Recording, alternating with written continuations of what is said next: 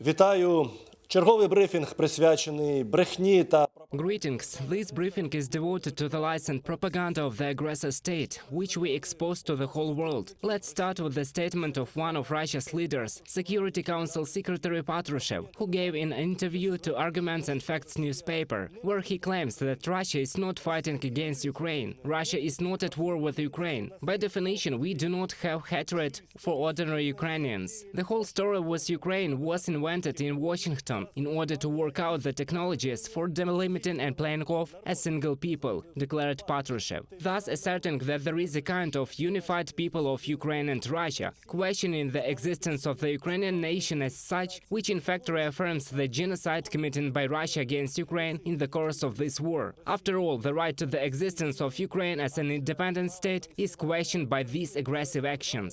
Also in this interview, Patrushev made several other absurd statements, in particular claiming that, as if neo-Nazis criminals have been rampaging in Ukraine in recent years, they will inevitably be punished, but it is possible that their curators will try to save the most odious ones in order to use them in other countries. The statement is complete nonsense and was made with the sole purpose of justifying the lack of progress, the stated goals of the Russians themselves for the so-called denazification of Ukraine. After all, having started this war and declared this goal without achieving anything, they are already looking for arguments to explain why nothing happened. Similarly, some Russian propagandists themselves are fed up with similar lies of Russian propagandists, no matter how absurd it sounds. In particular, the statement of the Ministry of Defense of Russia about the so-called revenge actions against Ukraine for the successful operation against Kramatorsk, where 600 Ukrainian servicemen allegedly were killed. And it turned out to be a complete lie. International correspondents who came to the scene and made sure that nothing happened were convinced of this. So, even Russian military correspondents also questioned the statement of the Russian Ministry of Defense. I quote the Russian propagandist Rybar: "The desire to cover its own seat from the investigation reaches incredible heights, and now it is in attempt to mediate the situation with the strike of the armed forces of Ukraine on the location of our Russian soldiers in Makiivka. The Russian Ministry of Defense issued a retaliation operation in quotation marks, striking at the location of Ukrainian soldiers in Kramatorsk. It is not clear to us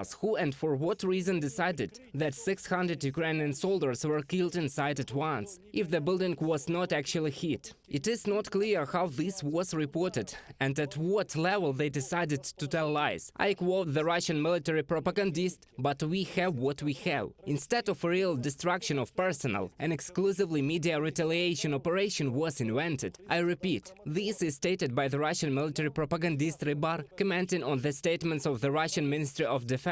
Well, we can only welcome the fact that at least some Russians are coming to an understanding of the lies they have been spreading for decades, misleading both their own citizens and part of the international community. To tell the truth, this exposure of the lies of the Russian Defense Ministry has not yet been noticed in the Kremlin, as Putin's spokesperson Peskov stated that they fully trust the reports of the Russian Defense Ministry about the so-called revenge strike on the positions in Kramatorsk. Meanwhile, Russian propagandists try to imitate support for their own positions in the international media and resort to outright marginal resources. For example, Solovyov, a staff Russian propagandist, publishes in his Telegram channel an alleged statement from a German website that Germany is dragging itself into a world war by supplying tanks to Ukraine. I quote: 82 years after the start of the Nazi war against the USSR, German tanks are once again rolling towards Russia. Now Germany is using the conflict in Ukraine as a pretext to carry out the largest rearmament since Hitler's time and strike again against Russia. If we look at the original source of this publication, however, we can understand Russia's petty desire to find any international sources to legitimize its propaganda. Thus, this statement was published on the website of the International Committee of the Force International, and the statement itself belongs to the authors of the marginal German Troitskyist Party, which has 281 members. In the last Bundestag elections, the party received 0.0%, and in the Berlin City Council elections 0.300%. The marginal source is then replicated to an audience of millions through propagandist Solovyev, creating this illusion of seemingly anti-Ukrainian sentiment in German society, which is in effect worthless attempt at simply replicating Russian fakes. Another source for legitimizing propaganda has been the Lebanese-based publication Al Mayadin, which repeats Russia's thesis that their attack on Ukraine seems to be all right and is a repeat of the war that already exists in the world. And this wars seems to have a fair background. If you look at this publication, there are unknown founders. At the same time, it repeated many times conspiracy theories of Russian propaganda, in particular about the elite biological weapons that Ukraine produces, and the Ukrainian authorities were called a Nazi regime by this publication. Of course, these theses are traces of Russian propaganda and cannot be regarded as an independent assessment of the processes taking place in this part of the world. And to conclude with a quote from some more so-called international experts engaged by Russian propaganda, I quote, "In the West, they demand that Ukraine be divided into two parts as a result of the war with Russia. If you look, no one knows the primary source, but it is given to Russian propaganda by the so-called political expert from Bulgaria, Boyan Stanislavski, and the so-called Belgian podcaster Yuri Smazar. If you look, you will not find a single quote from these people in any relevant or reputable publications. Yet through the headlines the thesis seems to be presented that there is support for such a scenario of the division of Ukraine in the West. Although this is the opinion of two Russian propagandists. The traditional appeal at the end of the briefing,